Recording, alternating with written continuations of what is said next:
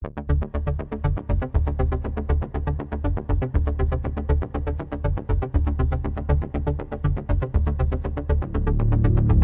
what I follow. Basta Sports, J. Mello. Canelo Alvarez, 62 panalo, 2 talo at 2 tabla versus William Scal, 23 panalo at 0 talo ay nakatakda sa Mayo 3, 2025 sa Riyadh, Saudi Arabia para sa 168 pounds super middleweight na titulo.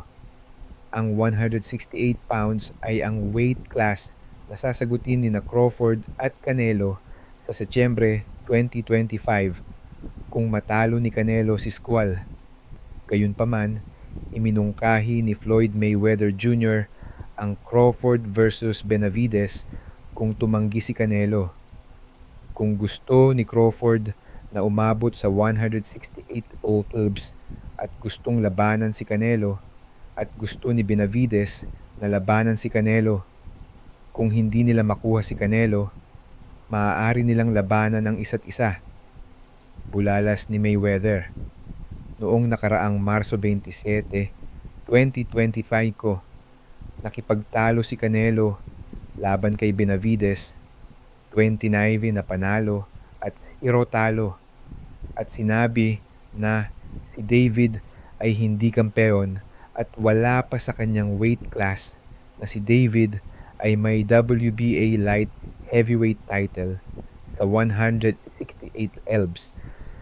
Matatandaang naging malabo ang Canelo versus Crawford hanggang sa ipahayag ng promoter na si Turki Al-Sheikh ang kanyang 4-fight deal kay Alvarez noong Pebrero 7, 2025.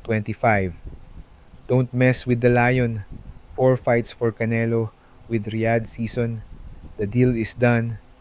A lion doesn't lose sleep over opinion of a sheep. Fear the lion, not the jungle. Nag-post si Turki sa kanyang social media. Sa pagsulat na ito, ang Canelo versus William ay pinal at ang 3 natitirang laban sa 4 na deal ay hindi pa natatapos pagkatapos ng laban. Nakakapagtaka dahil si Canelo ay laging umiwas kay David. Napakarami niyang dahilan kung bakit ayaw niya labanan si Benavides.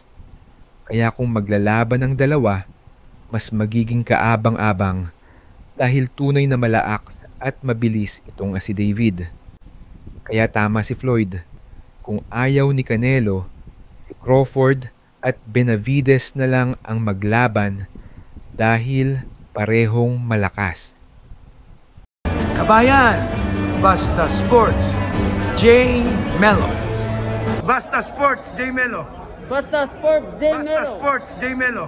Basta Sports, J. Mello.